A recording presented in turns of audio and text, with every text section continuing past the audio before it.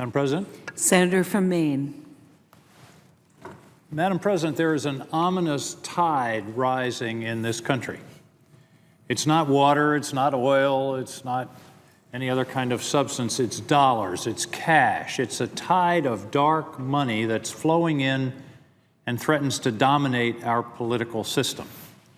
Yesterday, we had a very interesting hearing in the Rules Committee on the subject of disclosure and the rise of outside money in campaigns. We've really developed a kind of parallel universe of campaign financing, where the candidates, you and I and other members of this body, work hard to raise money from supporters so we can fund our campaigns. But and by the way, all of that money that's raised has to be under certain limits. There are limitations, there are disclosure requirements. If you get a contribution, it has to be disclosed, and who paid it, and what do they do for a living, and what's their address. All of that is public. And yet, on the other side is this parallel universe, as I mentioned, where a multimillionaire can come into your state or my state or anybody's state and put in an enormous amount of money, essentially unregulated, and often totally anonymous. I think this is a danger to our country. I started the hearing off yesterday by saying I fear for my country, I fear for our democracy. And just there are several basic points I want to make. One is, this isn't an evolutionary change. This isn't, okay, we're spending a few more dollars this year than we did last year, and it's a little more of the same, and it's no big deal. This is what's happening.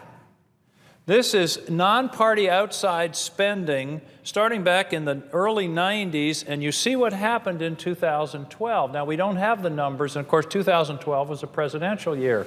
And what you see is it started to go up, presidential year in 04, then down. Up in 08, presidential year, down but not so much. And then way up in 2012. And this gives the context of what's happening. This isn't evolutionary change, Madam President. This is revolutionary change. This is a fundamental change. I asked one of our witnesses yesterday at the hearing, is this a really significant, is this a great change that's going on? He said, Senator, it's an explosion. It's an explosion. And here's what it looks like. This is non-party spending cycle to date, and the date was day before yesterday.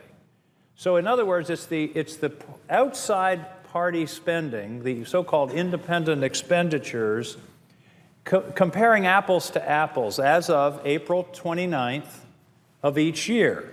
So here again, 04 presidential year, and it drops way down in 06, midterms, again jumps up in 08, down in 2010, big jump for 2012, but look where we are as of this date in 2014. Look at the comparison between this and the last midterm year. It's almost 10 times as much. This is a threat that is growing and is going to overwhelm us. Some of my colleagues have said we are bound for a scandal.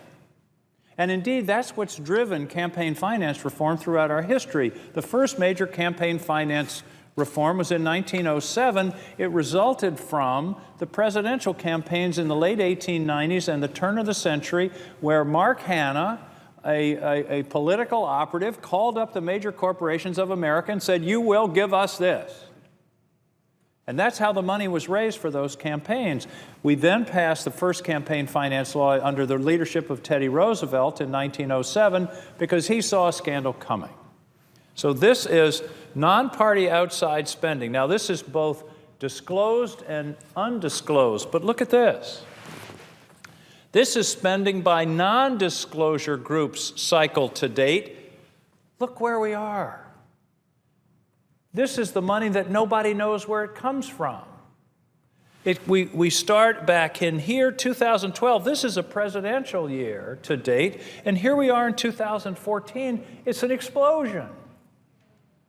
And nobody knows where that money is coming from. It's secret money. And what we have are the development of organizations and institutions that I call, they're engaged in what I call identity laundering. Now, I'm not going to attempt to explain this chart, but this is a chart that it just traces in 2012 one set of funds. It's about $400 million from 3 large organizations that go through all of these different entities, and the whole purpose is to keep the names of the donors secret. So the public doesn't know who's trying to influence their vote. And this isn't insignificant money. $50 million this line represents to something called the American Future Fund. They create these entities, and there's also the wonderful nomenclature on here. There are even entities whose title is, it's undesignated entities or disregarded entities. And the whole purpose of this is to hide the identity of the people who are supporting it. I don't think that's consistent with the First Amendment. It's not consistent with our political traditions. It's not consistent with the whole idea of conveying information. If somebody wants to come and buy ads in Pennsylvania or North Dakota or New York or California, that's fine. They have a right to do that, at least under the current Supreme Court rulings. But they also ought to tell us who they are. That's part of the information that the voters should have in assessing the validity of the message that's being delivered to them. In Maine, you can't go to a town meeting with a bag over your head. If you're going to make a speech, if you're going to take your position on an issue, you tell who you are. And people can assess the validity of your views based upon, in part, who they know you are, what your interest is, what's your stake in this. And we're denying the people of America the opportunity to know that. Now, it's important to realize in this whole area of campaign finance, which is unbelievably complicated, that the Supreme Court has significantly narrowed our ability in Congress or in the states to regulate campaign finance. They've essentially said that money is speech and that it can't be limited, at least in the aggregate. That's the McCutcheon decision. And under the Citizens United decision, the corporations are also people and have a right to free speech and can spend as much money as they want. Now, when you go back and read those key opinions, Citizens United and McCutcheon, which was just decided about a month ago, the Supreme Court said, we are going to strike down these limitations because they're limitations on free speech, but the basic reason we feel comfortable doing so is because the public still has disclosure and they will know. They will know who's talking. And that's our bulwark against abuse and corrosion of our system. Well, the problem with that reasoning is the bulwark doesn't exist. And we've created clever campaign operatives have created this elaborate system which is designed to disguise who the contributors are. This is a problem of our system, Madam President. And the problem right now is that one party may think that they're advantaged by the current system, but 2 years from now, that advantage could disappear. And indeed, data that we received just before our hearing indicates that 2 years ago, 88% of the outside money was conservative.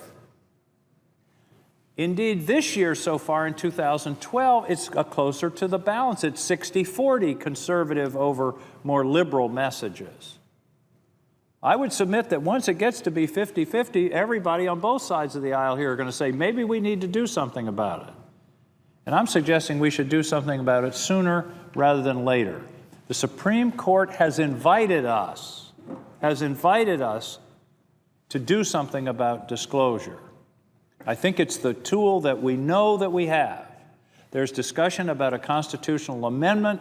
That's fine. I'm a supporter. That's a long-term solution. That could take 4, 5, 6, 7 years, assuming the support could be achieved in the Congress and in the states. In the meantime, disclosure is something we could do next week.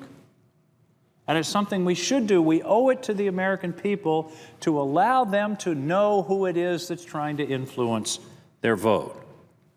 Now, occasionally, there's an argument that people who make these kind of contributions will be subjected to some kind of intimidation, crank phone calls, threats, and those kinds of things.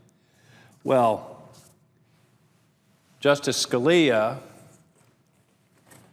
the Supreme Court, who I used to know in law school, recently said this: requiring people to stand up in public for their political acts fosters civic courage, without which democracy is doomed.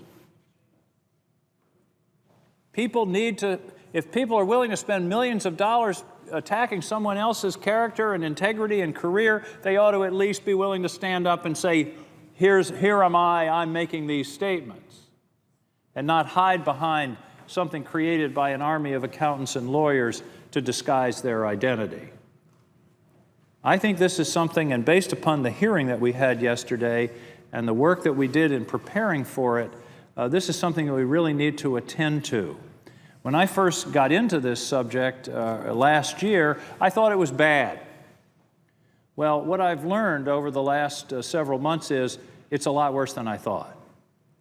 It's happening fast, it's a tidal wave, and it's going to engulf our system. Why do we care? Because it's corrosive. Because it undermines the public confidence in us as their political leaders. The people have a perception in the 70s or 80s that money is corrupting around here, even if it isn't.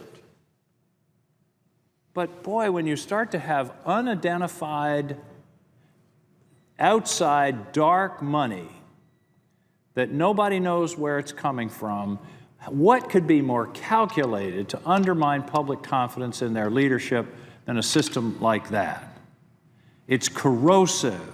It undermines the trust of our people. It's wrong. And I think it's something that we should attend to. It is something that we can do. We know we can do it constitutionally. 8-1 majorities in both McCutcheon and Citizens United invited us to do this. And I think we should be able to find a bipartisan solution to this subject, because it will benefit this whole country, and I think it will be of great benefit to the institution of democracy itself. This is not what the framers envisioned, and we have it within our power to do something about it and to improve this situation and to improve the flow of information, including the source of that information, to the people of America. Thank you, Madam President. I yield the floor.